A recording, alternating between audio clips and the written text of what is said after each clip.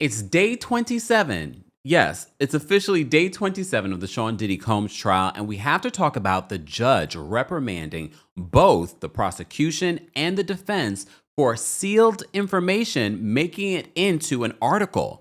No one seems to know what article the judge is talking about, and no one wants to take the blame. We also have to unpack my recent conversation with Kirsten Brown, a Los Angeles prosecutor. If you haven't seen it, you really should go and watch it. And we have to talk about day 27. Brendan Paul, Diddy's alleged drug mule, testified. And he's saying, I am no drug mule. This is day 27 of our exclusive coverage of the Diddy trial. Here we go now.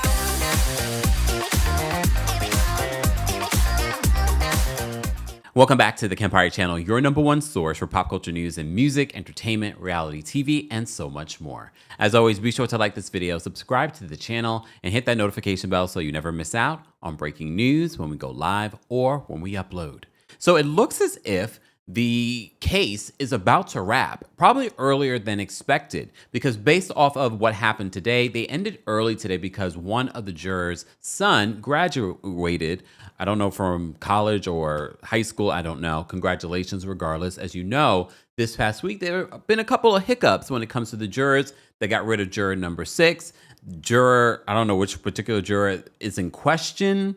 We also saw over the weekend, the defense came up with a 14-page letter in order to explain why they feel as if we need to keep juror number 6, the only other black male that's on this jury panel. They made a lot of valid points, and we unpacked that with Kirsten Brown as well as to what happened and what that could mean for the future. Here's the thing I want to talk about before we get into day 27 of this trial. I want to talk about why it's important that we are mindful of the information that we're getting from this, especially if you're following this case. And a lot of us are laymen's following this case. And I say laymen's because none of us, well, some of us, are not attorneys, or specifically not trial attorneys, or have not tried a case like this before. And this is why I felt there's no way that we could cover this Diddy trial and not have legal experts here on the channel to talk about it. Kirsten was on here a couple of weeks ago. If you missed that one, that's important to watch too, because we didn't cover everything that we covered in the first video, in this video, because we're really taking it piece by piece. So if you really want a legal perspective, and not all legal perspectives are going to be the same, because everyone's going to look at it a little bit differently. Very much like all of us that are not legal experts or lawyers are going to look at the information a little bit differently. But something that Kirsten said during our conversation that stood out to me was that there are certain little things that might be said in court. Remember, we're giving you unofficial transcripts in regards to summaries and what Inner City Press is reporting. There are certain little legal terms that might be left out that might be a ding, ding, ding to an attorney or to a judge. That is what stood out to me. But I say be mindful of where you're getting your information. Again, that's not saying only get your information here. Oh! No, that's not what I'm saying. Because what we're saying here is one perspective and one type of summary. And there are people that are inside the courtroom that are relaying, this is what I heard, this is what was said, this was the demeanor. All of that is fantastic. But I also know that even there are some people that are spreading misinformation or speculation, and that has been going on for a long time when it comes to this Diddy of it all. If anything, this trial has either confirmed speculation and conspiracy theories or debunked them.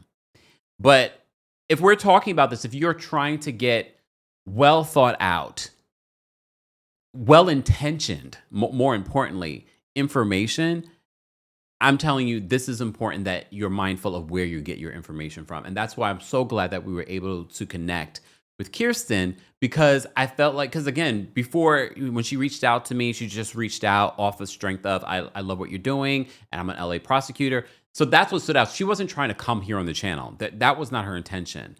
I asked her to come on the channel, but of course I had to do my due diligence. I was like, okay, Kirsten, like, so who are you? I know you said you're a lawyer, but tell me a little bit more about yourself, because I also have to be mindful of who I bring on my platform and share information with you guys. From the moment that we had our conversation, that first conversation, I was like, oh, you have to come back. And I even told her this last time around, you have to come back when we have some other legal cases because I love attorneys. We've had Stephanie on here before. We've had Emily D. Baker on here. I love speaking to attorneys. I come from the law world. I worked in human resources and temp attorney doc reviews and things like that. So I've met literally, and I don't know the official number, but remember, I used to manage and head the orientations for hundreds and thousands of attorneys to the point where I was like, if you're an attorney in New York City and I've never met you, and mind you, we've had attorneys that have come into New York City for the different doc reviews. And I said to myself, if I've never met you, I don't understand how I would meet new attorneys, even to the day that I quit. Would meet new attorneys. There's so many attorneys here in New York City, here in the United States. And I understand, and this is why I say not all attorneys are going to have the same opinion. Not all attorneys are made the same either. And you probably have seen that in regards to the different attorneys that have been weighing in on this case on multiple platforms. Not all attorneys agree in regards to how this case is going. But also you have to keep in mind, pay attention. Are these attorneys trial attorneys? Because there are attorneys that have never seen the inside of a courtroom and have actually tried a case. So that's important to note. And a question to ask, like, has this attorney, have they been a former prosecutor? Have they actually been a defense attorney where they've actually, and what was their record? That's another important thing. Did they win? Win a case, Phaedra.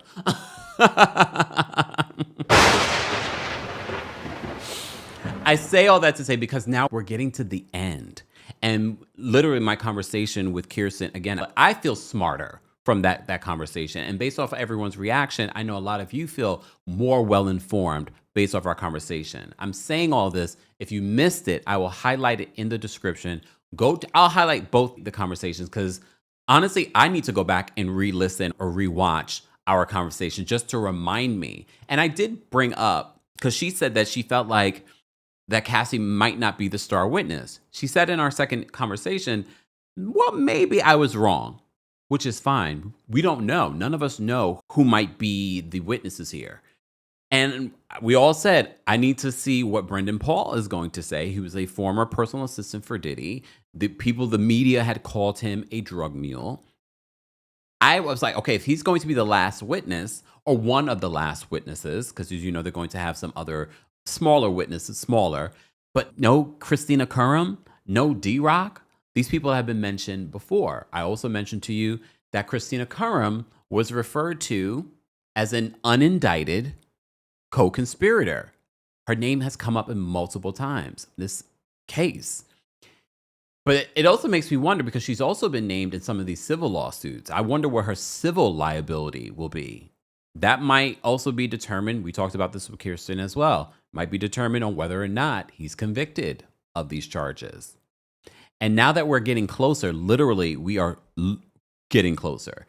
The defense has told the judge today that looks like we might not need that much time. We might be done at the top of next week, which for me, I'm happy about it because covering this case every single day, I appreciate all the love that you guys give me to do it. And shout out to all of the journalists, the content creators, the bloggers, the spectators that have been going to the court every single day and spending your lives there. God bless you.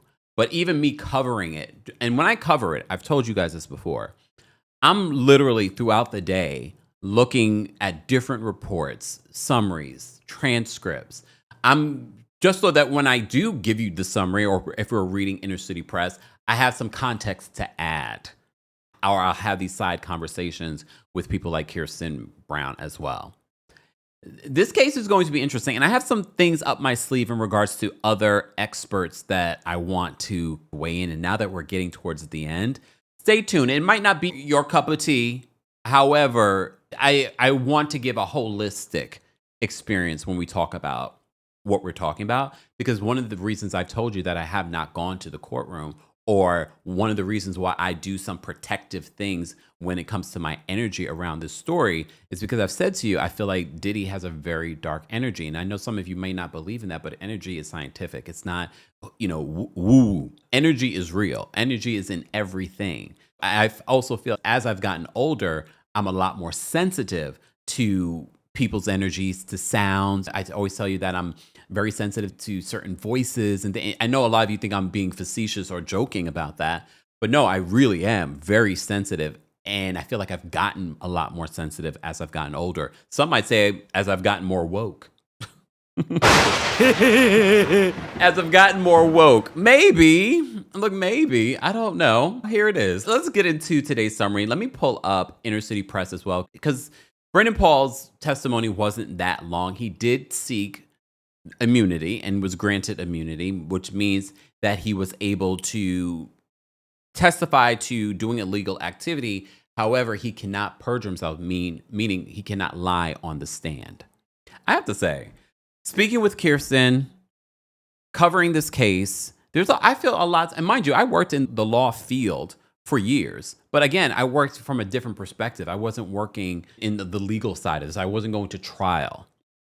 But now, kind of, if I was covering this while I was still working at the law firm, I would probably pivot and be like, can I start going and working in a different sector? But no. If anything, I hope this inspires other people to do it, though.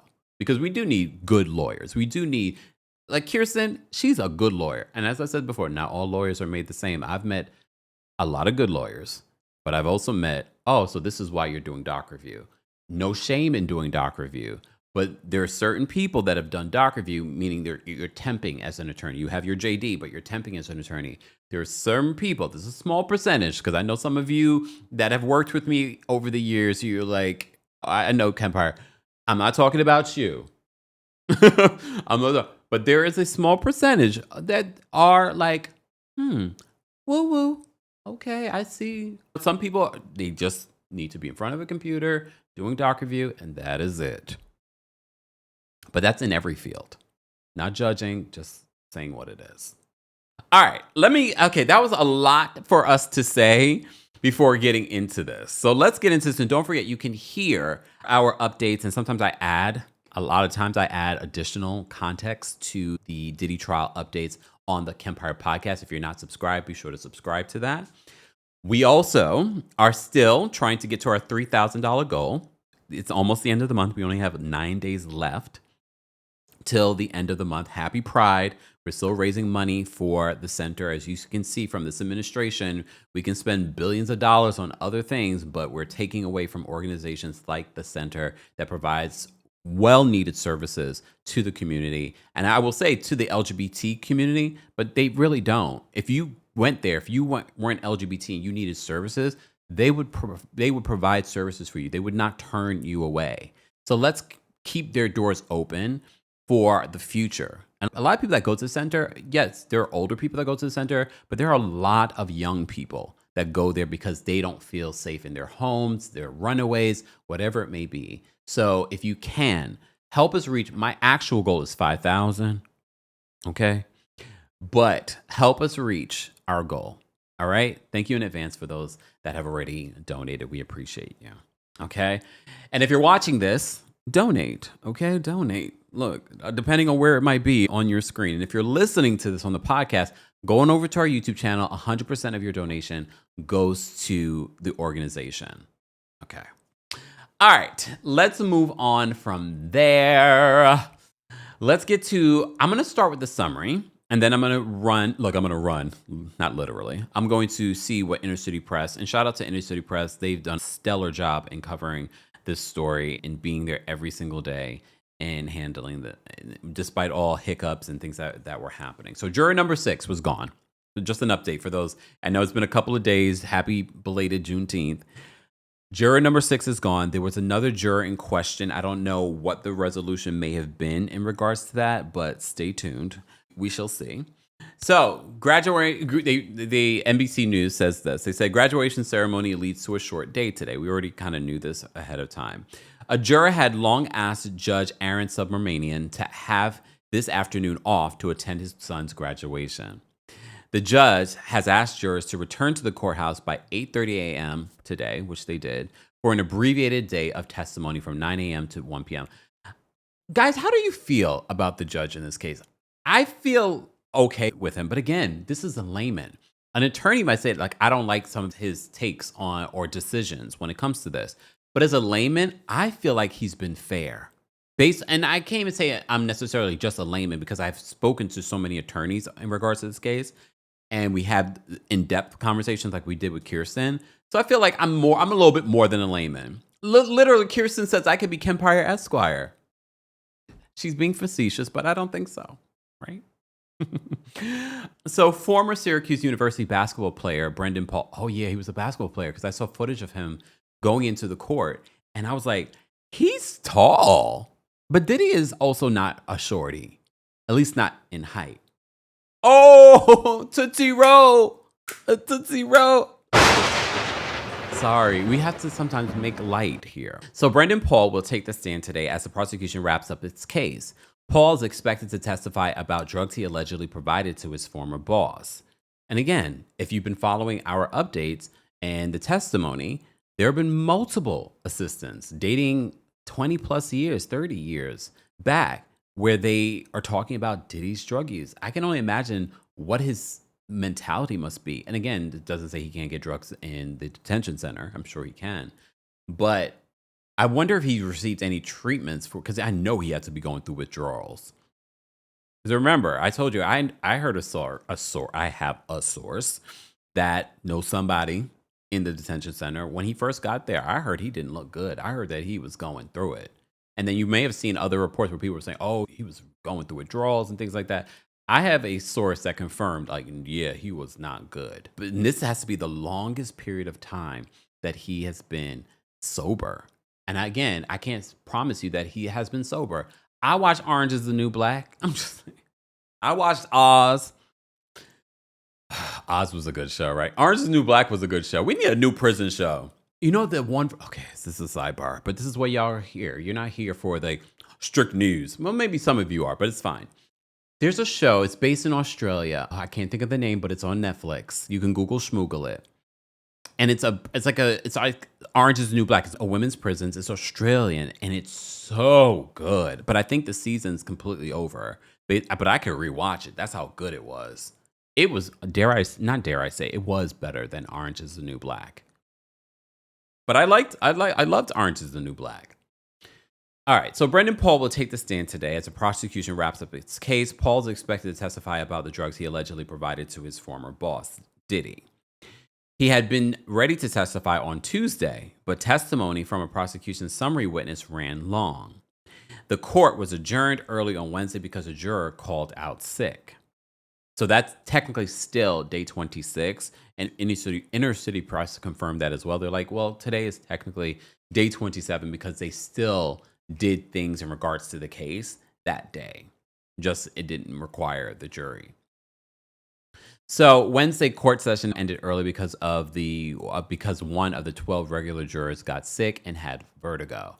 I wonder if one of the alternates got sick. I'm assuming that if one of the alternates got sick and they couldn't return, or they couldn't come that day, they would be eliminated because you missed the day. Miss a day, miss a lot. I don't know how that works. If you're an attorney, please weigh in below. So they said because that juror had vertigo. And again, you just never know with vertigo whether or not you're going to be ready to come in on Friday. Luckily, it ended up having a holiday the next day, so that gave the juror another day to at least rest up. Vertigo's the worst. There was also no court session yesterday as it was a federal holiday for now, Juneteenth National Independence Day. But for now, I keep saying for now because you see they want to get rid of Pride Month as well now. Not surprised. Okay. The judge has ordered prosecutors and defense attorneys to begin preparations for deliberations, which could start next week. We talked about this with Kirsten as well.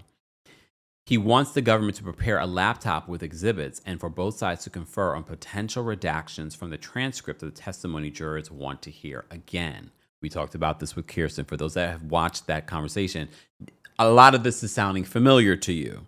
Okay. Again, for those that didn't, Go listen to it, and then you would have a better understanding as to what's happening now. What is happening in the process of the judicial system when it comes to this case? The court recognizes that the parties will likely be unable to meet and confer on such redactions for the entire transcript, the judge wrote. However, the parties should do for the witnesses that they believe the jury will most likely ask for. Okay. The court is now in session, marking day 27 of Combs' trial. So even NBC is saying that this is day 27.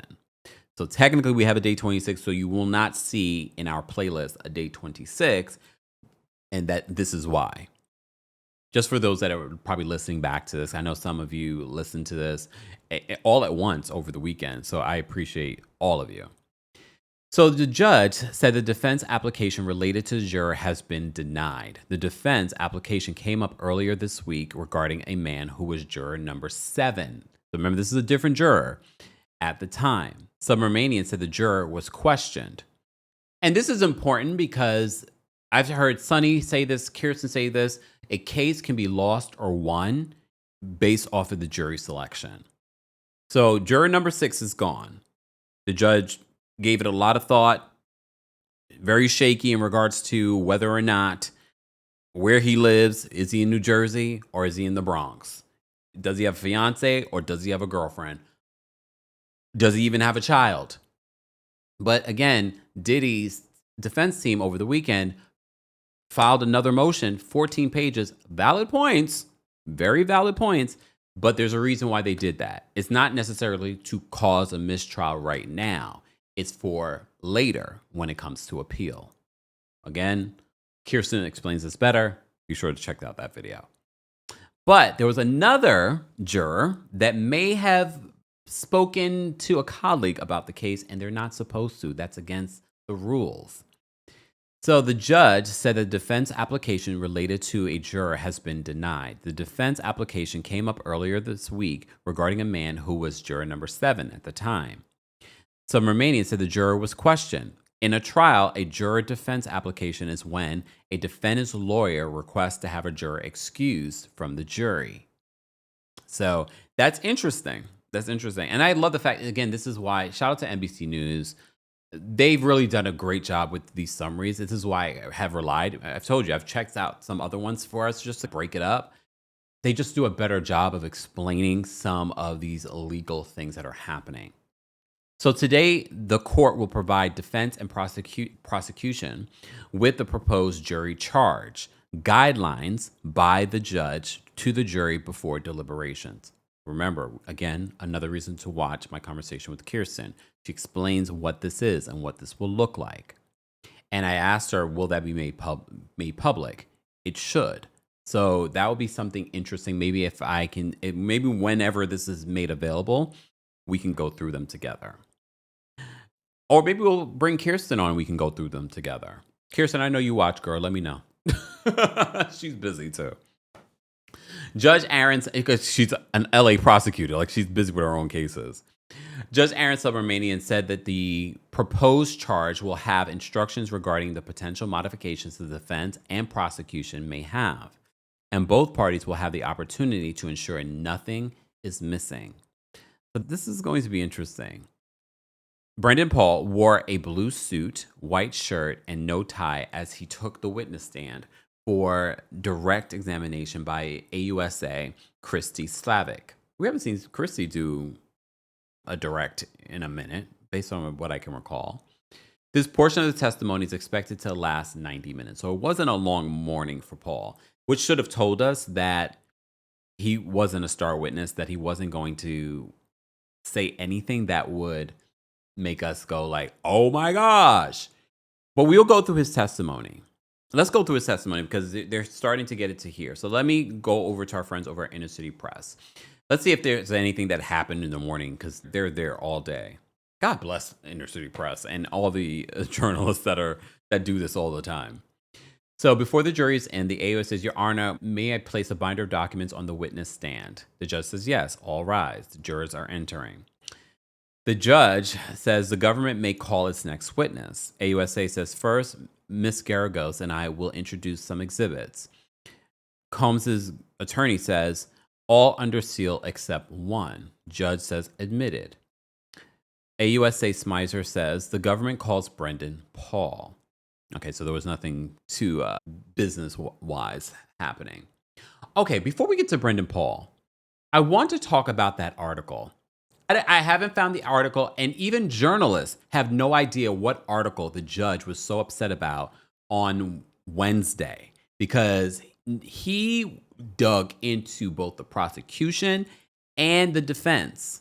Take a listen to what our friend from CBS News, Derica, what's Derica's last name? I apologize, guys. I will find out. I know that she's been covering this case and we've highlighted her multiple times. Oh, actually, maybe it'll be up on here. Hold on. Who is the source of the article? That is how the judge started court today and said that. I just want to say this, Jerica Duncan. You see how I mixed the D with the J? It's fine. Jerica Duncan. Let's get into what she reported. Who is the source of the article? That is how the judge started court today and said that someone violated the order. There are times when the media have to leave because there's sealed information that is discussed with only the prosecution and the defense, and apparently that got out. I do not know which article he is talking about, but he was very upset by whatever information is out there. He said that someone, quote, flagrantly violated the court order, that there could be criminal and civil contempt charges at an extreme level if it does not stop. He said that he would swiftly conduct an investigation into who was the source. When Agnifilo, the defense attorney, was asked, when did you become aware of the article? Agnifilo said, the government sent it to me. He said that this is the only warning I will give. Next will be a formal inquiry, which could result in the delivery of devices and testimony.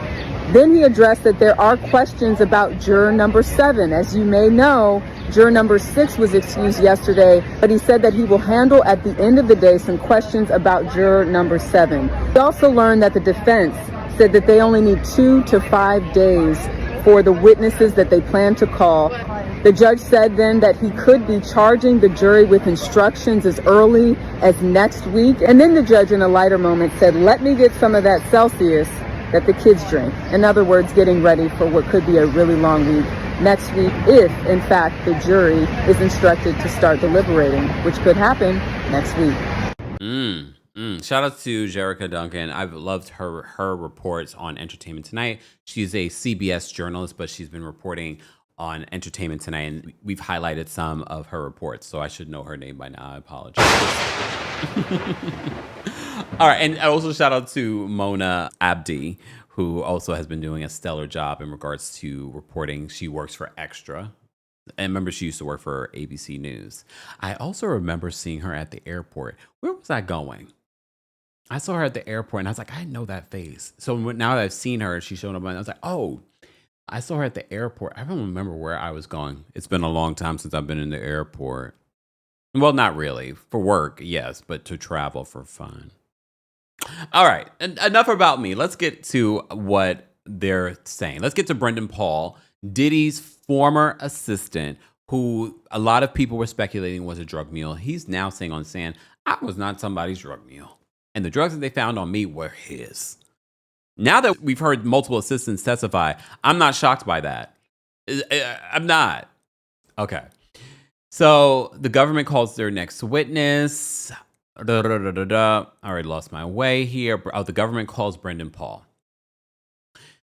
Here's the thing. Before we get, I'm sorry.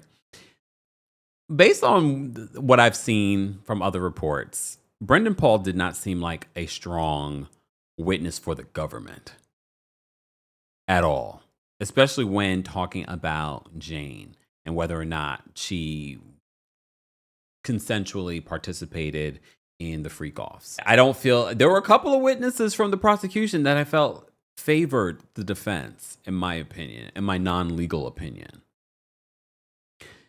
AUSA says, do you recognize this person? Tuxedo photo shown. Brendan Paul says, Sean Combs, I worked for him until I was arrested at a Florida airport for possession of cocaine in my personal assistant bag. So he literally quit after that day. I don't blame him. Wouldn't you? AUSA says, why was it there? Paul says, I was sweeping Mr. Combs' room. Something that, when he says sweeping, meaning that he's making sure everything is there. Or maybe he doesn't mean that. I'm assuming that's what he means. How did you come to work for Mr. Combs? Brendan says, through revolt. Ellie Marone. He told me, get in to get out. If you have a girlfriend, break up with her. You'll never see her. Oh my gosh. But again, this is not the first assistant where they've talked about the hours that they worked. AU assistant said, did you interview? He says, late October of 2022 at 200 South Mapleton Drive. AU assistant says, how were you greeted there? Brendan says, my ID was scanned and I had to sign an NDA, non-disclosure agreement. Frankie Santella and Christina Curran was there, KK. How many times are we going to talk about KK and she's not testifying? She really lucked out. Unless she testifies for the defense, but that would be interesting. AUSS says, did they hire you? Oh, don't be surprised if KK goes to working for Diddy again if he gets out. I don't think so, but you never know. AUSS says, did they hire you? And when I say I don't think so, I mean I don't think she would go back to work for him just because all of what you had to do for him has been exposed. AUSS says, did they hire you? He says, yes, I would pack a lot of joints in the garage, marijuana. Okay. Again, remember, this is not a transcript. This is a journalist in there that's allowed to have social media and report this. AUSS says, when did you meet Mr. Combs? KK came to the garage and told me to come to a listening party in the backyard and take notes. What was KK's role? Chief of staff, helped out with the family. Did KK use Mr. Combs' phone? He says yes. How many assistants did Mr. Combs have? At first, 5, then 4, then 2. Given my college basketball background, I helped with Mr. Combs' workouts. Oh. Who is this? Jonathan Perez. And this? Butler Frank Rodriguez. And a lot of people have been asking if, what's his name? He used to be the one to carry the umbrella. I can't even think of all the names today, y'all. And a lot of people thought that whether or not Bentley, Farnsworth Bentley. Okay, elephant brain. Farnsworth Bentley. You remember him. A lot of people were wondering whether or not he would testify. I did not think that he was going to testify. His name has only been brought up by social media, not in any of these court documents. Not even with these people testifying. Like, was he even really like a butler to Diddy, or was that just for the show of it all? It could have been. AUSA says, what did Mr. Combs' butler do? Stand next to Puff, give him water, chapstick, whatever he needed. Oh. Did you have group chats with KK? Says yes. Turn to the binder and flip through it. They continue, who is this? Brendan says, Fahim. We called him Fa, F-A-H. What was your salary? Started at $75,000 a year, then $100,000. I got paid bi-weekly by Combs Enterprises. Where did you live? In an Airbnb in LA and Miami. Oh. Where did KK stay? In LA, an apartment 4 minutes from 200 South Mapleton. In Miami, in Two-Star Island. Also, she also had places nearby that I'm sure were being paid by Diddy. Did you accompany Mr. Combs to paid club appearances? He says yes. He would ask for $150,000 and they'd have to sell things for him. What did you do to stay awake? Brendan says prescription Adderall and sometimes cocaine. So it wasn't your cocaine, Brendan? Wow. What was your job? To make sure Mr. Combs was always happy. He say, I don't take no for an answer. He told us to move like a SEAL Team 6. What in the...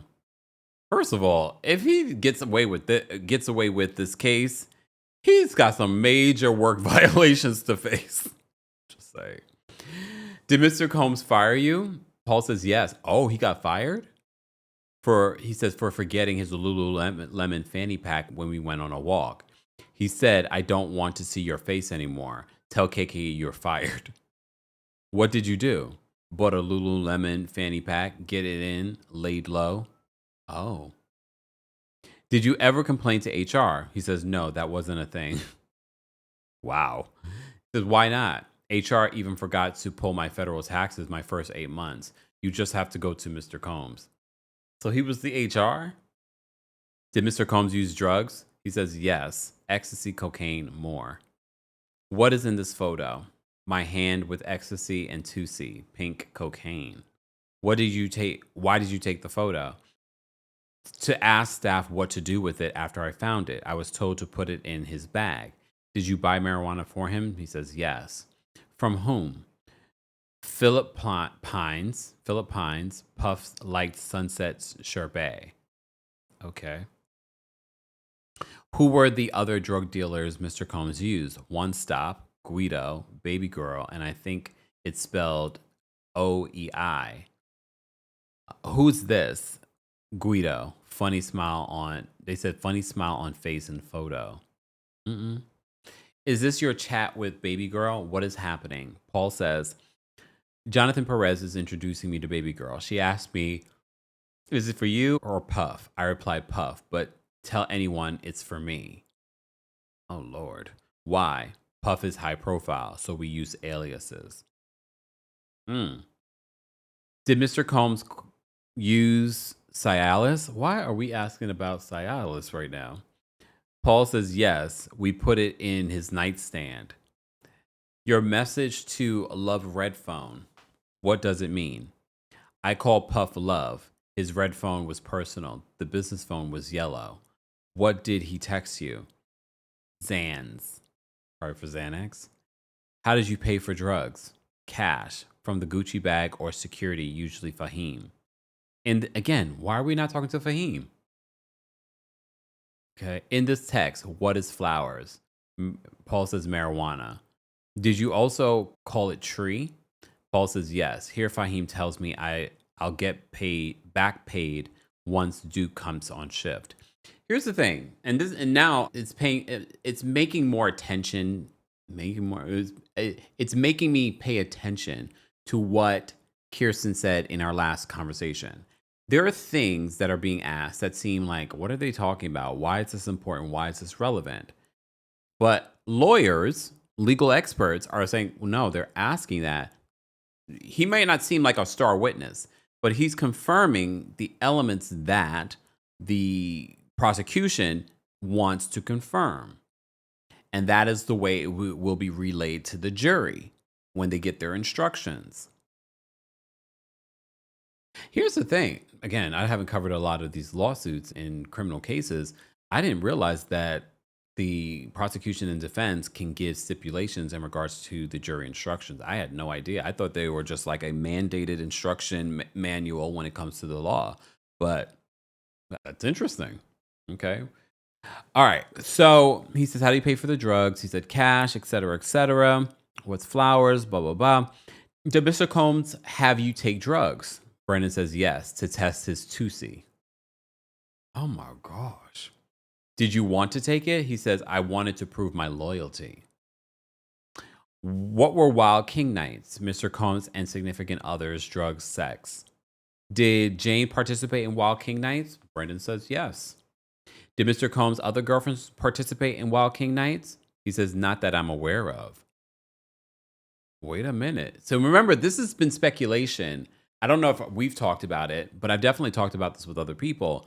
It made me wonder, did all the girlfriends or certain girlfriends? Did Kim Porter get involved in any of this? And the fact that he's saying this is after the late Kim Porter, but oh, so Young Miami wasn't doing any of these things? Oh. So they asked, did Mr. Combs' other girlfriends participate in Wild King nights? He says, not that I'm aware of. Who called them Wild King nights? KK. I just say he's going to hotels. Did Mr. Combs stop using hotels and move them to the residences? Oh, remember I said this the other day, guys? If you've been following my recaps, I said, why was he in all these hotels causing damage and have to pay for them? Did Mr. Combs stop using hotels and move them to the residences? Paul says yes, after the Cassie lawsuit. Oh, that's why. What did you do? Clean up after. What does this say? That Jane's coming in, Brendan is setting it up, Wild King night probable. Okay. Where did you make the reservation? Nobu. Where was the Wild King night? Jane's residence. Remember, victim number 2. Yeah, victim number 2. Jane's residence I wrote, running to the Walmart for them. KK asked, while King mode active, question mark, or Gucci bag active, what did you say between the two? The fact that this is what they were spending their, like, I'm sure they didn't sign up for this. They signed up to learn something. Yes, get your things for Diddy and fetch coffee and do these things and laundry and blah, blah, blah. They didn't expect to be setting up Wild King nights. And honestly, that's an HR violation on so many levels, because it's one thing to set things up, but there's so many HR violations. Your employer cannot make you go buy drugs. Just saying. Or clean up, because what in the OSHA? Clean up, because remember they talked about in some of these Wild King nights, blood was in certain places, so God only knows bodily functions. So you can't make your employees clean up your bodily functions unless you are like a medical official or personnel. Okay, but that's a whole other conversation. You didn't come here for that. Or maybe you did. And you're like, well, no, I'm glad you brought that up because I had that thought too. How did you know what to buy for Mr. Combs' Wild King nights? We had a shared document in the Notes app. Oh my gosh. Who was responsible for the Astroglide? The property manager. I didn't think the 200 South Mapleton manager was good, so photo. Brendan says, I took the photo to show the manager how to lay out the Astroglide in her bathroom. How'd you put it in for the cash?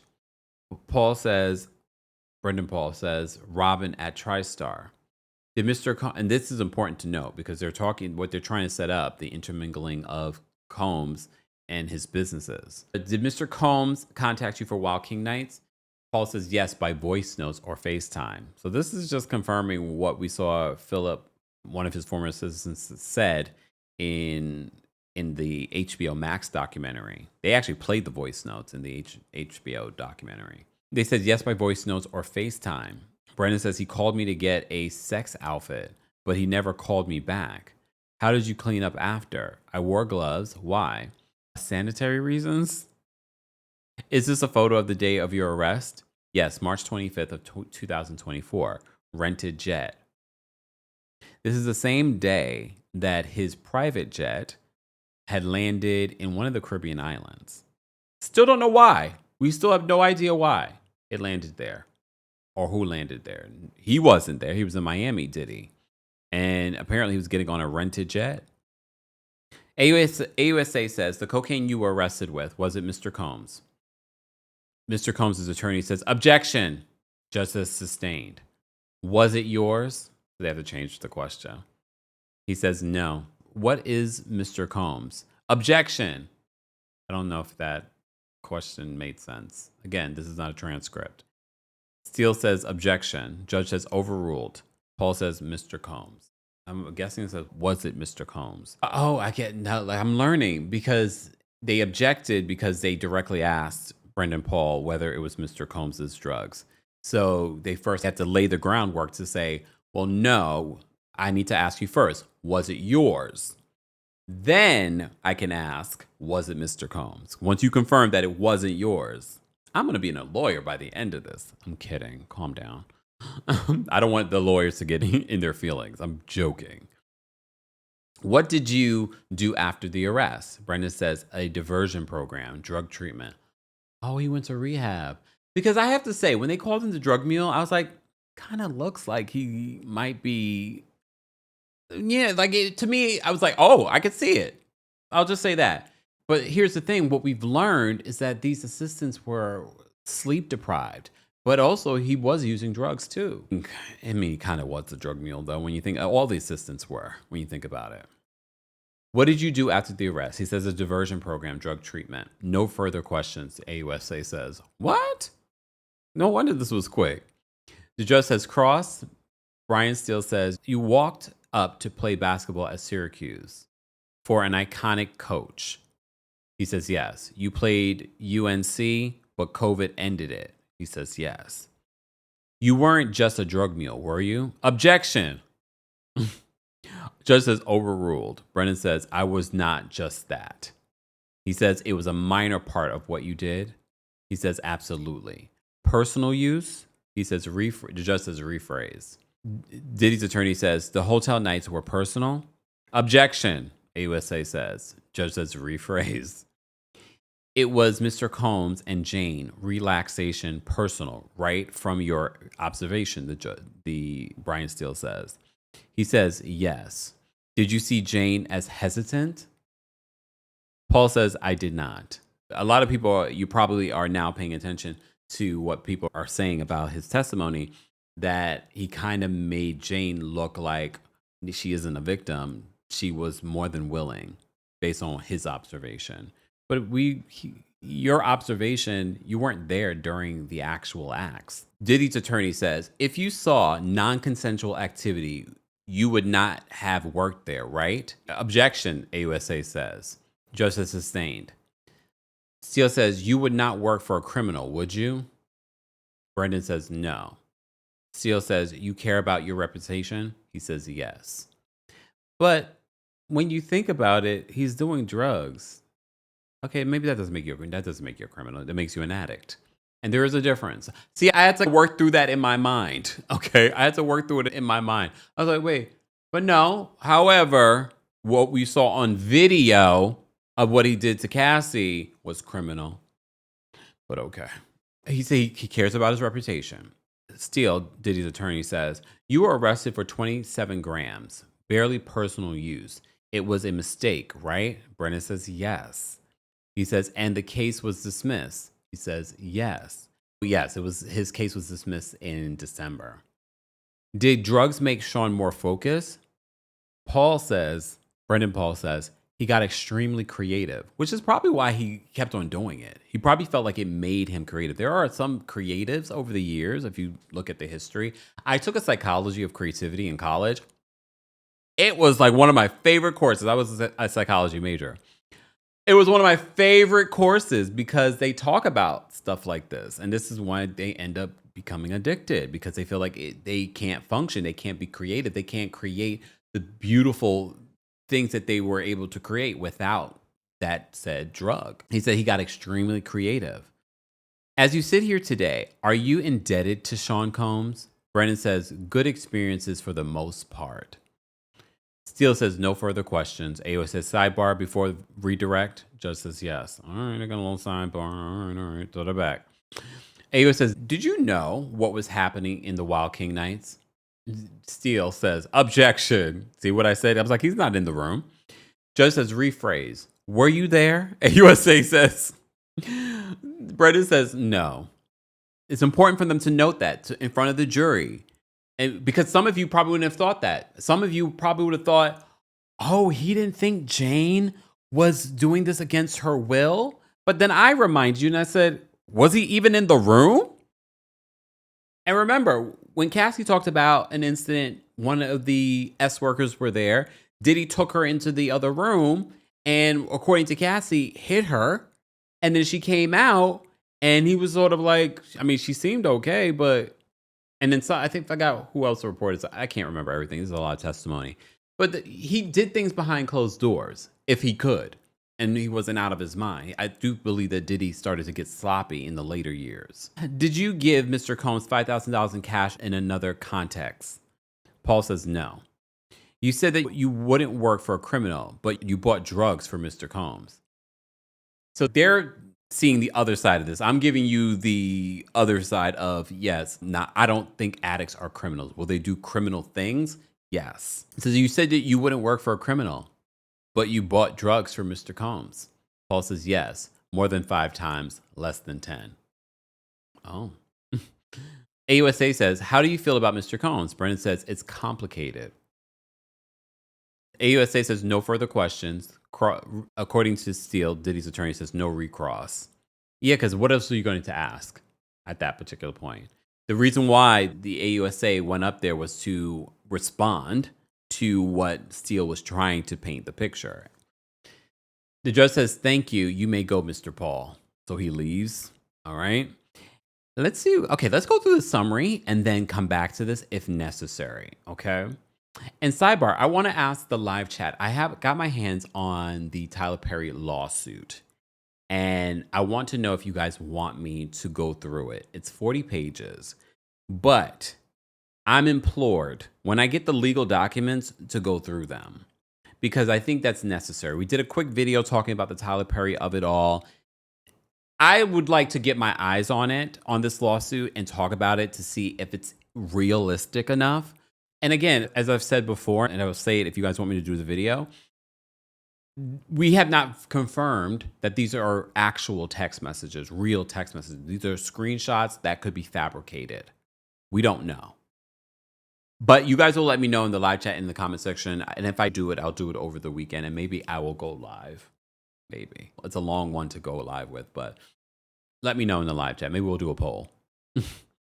Let's see what the summary NBC News is giving us. So Paul was hired to work on food and physical conditioning. Paul said that Combs' team seized on his background as a college basketball player, having him work on food and workout planning for the music mogul. Remember, that's what Cassie's husband did for Diddy. He was Diddy's personal trainer. Paul played 2 seasons at the end of Syracuse Orange bench from 2018 to 2020. Again, hence why they brought up COVID. It ended that. The job would be time-consuming, Paul testified. He said that he was told to get in to get out and forget about any personal life. A long article, but I already got enough from this. Let me see. Oh, wait, hold on. They do explain a little bit more. Official Team 6 doesn't exist, says former Navy SEAL Craig Sawyer. This is interesting. They're saying that SEAL Team 6 actually works so often with the intelligence agency that it's sometimes called the CIA's Praetorian Guard, a partnership that started in Iraq as an outgrowth of the fusion of the Special Operations Forces and intelligence in the hunt for militants there.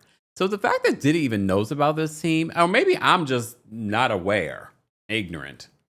Did y'all know about a SEAL Team 6? SEALs and Delta Force, both commanded by the then Chief General Stanley, blah, blah, blah, learned to work much like the FBI agents, first attacking a target, killing or capturing the suspects, and then gathering evidence at the scene. And you know what? We used ChatGPT before. Let's use it again because I need to know. I want to have a concise, not just an article. What is SEAL Team 6? Let's see what they say. So according to ChatGPT, you know, this is going to be a good, juicy live. We're already almost an hour in, y'all. SEAL Team 6, officially known as DEVGRU, Naval Special Warfare Development Group, is one of the United States military most elite and secretive special operation units. So if it's so secret, why does Diddy know about it? So here's a breakdown. What is SEAL Team 6? Full name, again, we just went through that. Nickname SEAL Team 6, an unofficial but widely used term. Okay, widely used. Okay, maybe I'm just dumb. Branch, United States Navy. Role, counterterrorism, hostage rescue, special reconnaissance, direct action, and other high-risk covert missions. Parent organization, Joint Special Operations Command, the JSOC. Founded in early 1980s after the failed Iran hostage rescue mission, Operation Eagle Claw. Founding commander, Richard Morcinko. Headquarters, Dam Neck Annex, Virginia Beach, Virginia. Recruitment drawn from existing SEAL teams. See, I've heard of a SEAL team, but I've never heard of the SEAL Team 6. Only the most experienced and skilled operators are selected. Notable mission, the 2011 Operation Neptune Spear, which killed Osama bin Laden. But they, again, you saw what the article said, they won't take credit for it. Difference from regular SEAL teams, which we're probably like the Navy SEALs. While all Navy SEALs are elite, SEAL Team 6 is Tier 1, meaning they handle the most sensitive and classified missions. They operate under JSOC alongside Delta Force, which is the Army, 24th STS Air Force, and Intelligence Support Activity, ISA. Why so secretive? Most of their missions are classified, and members typically sign lifetime NDAs. Why does Diddy know about this stuff, though? That's why I want to point. This is why I'm pointing out. Again, some people might know about this stuff, maybe because he loved to watch Dateline. You remember, we've been covering this case a long time now at this point. He loves to watch Dateline.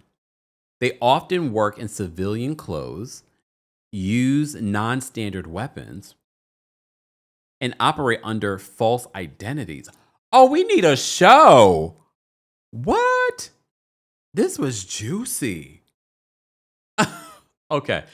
What was that show on? Was it Showtime with Claire Danes? I love that show. That was a good show.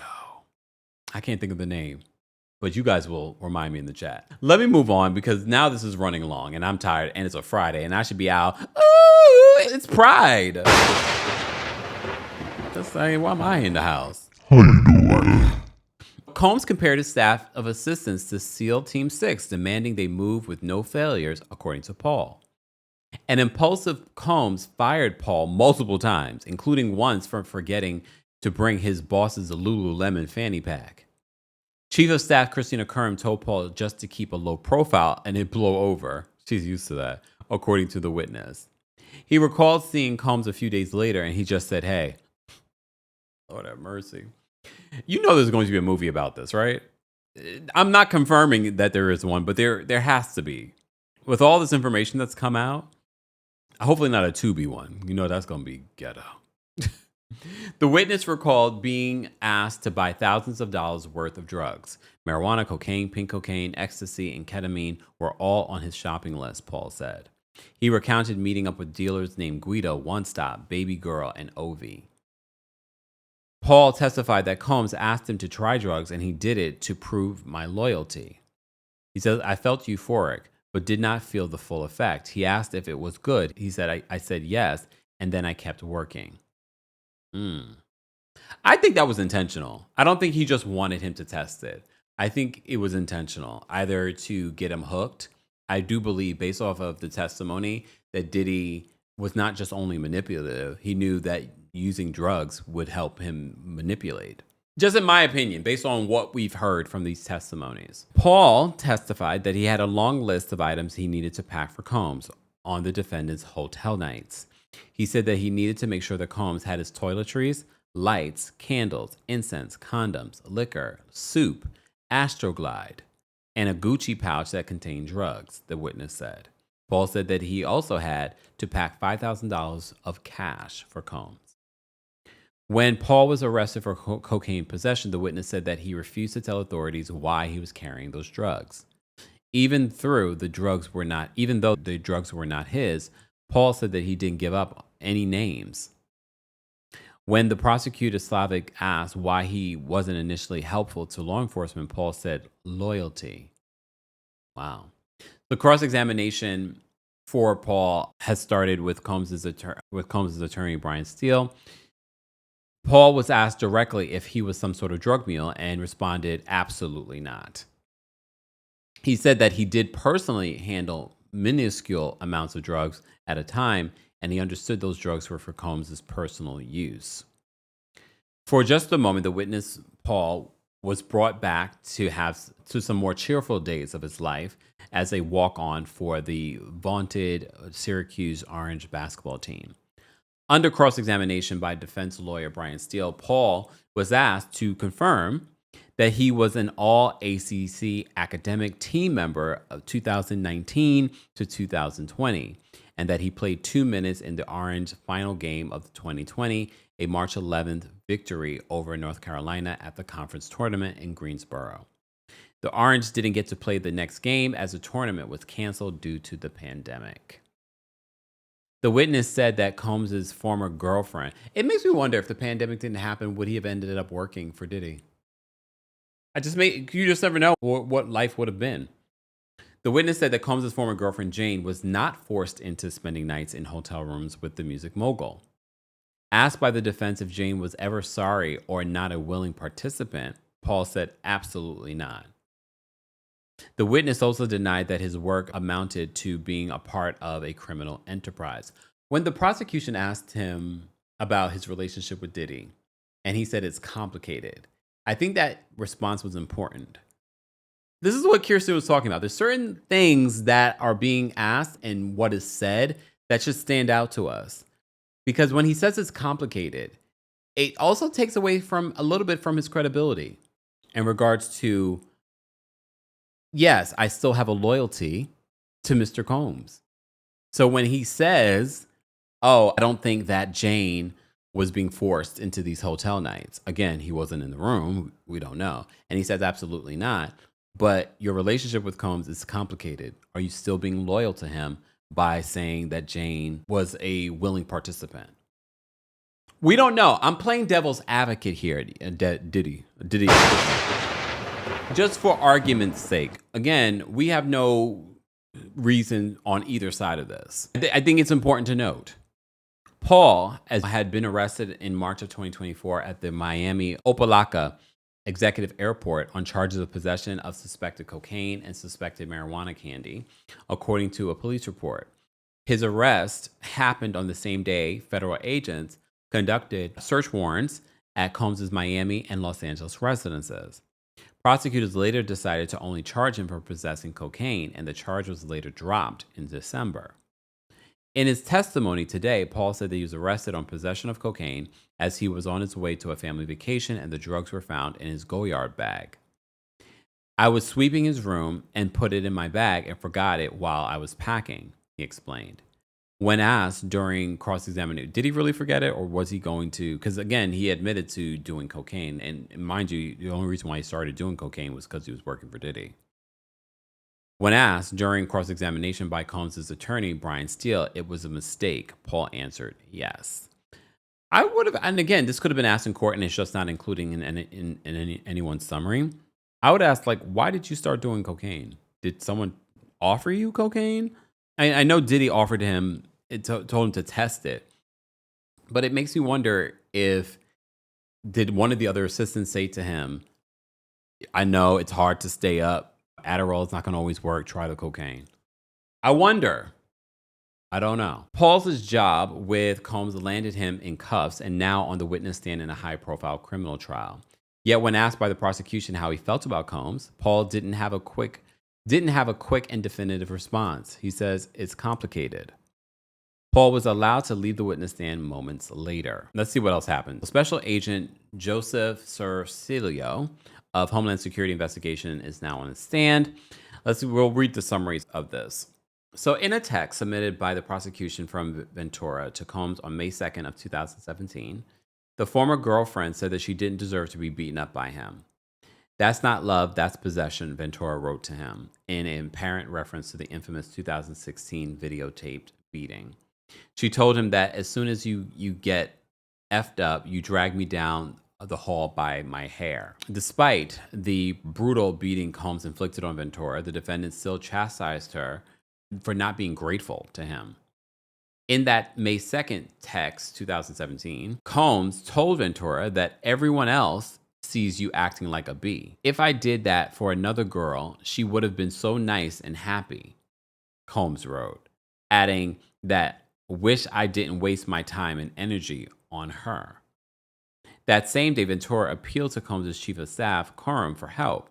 Sure, you don't want to get involved, but no one deserves to get dragged by their hair. The government entered these text messages into evidence in its ongoing bid to show how Combs allegedly had control of his company and those around him to get whatever he wanted.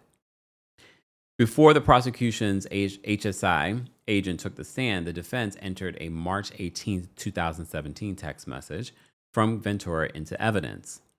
I love our FOs, freak-offs, when we both want it, she wrote.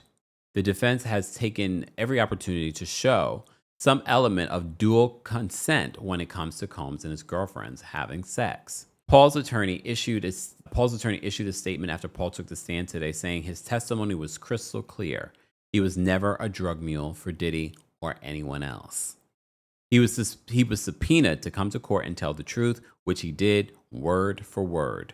Now that Brendan has finally had the opportunity to tell the full story about his employment, we are hopeful that the last 15 months of defamatory statements about him will cease, said his attorney, Brian Bieber.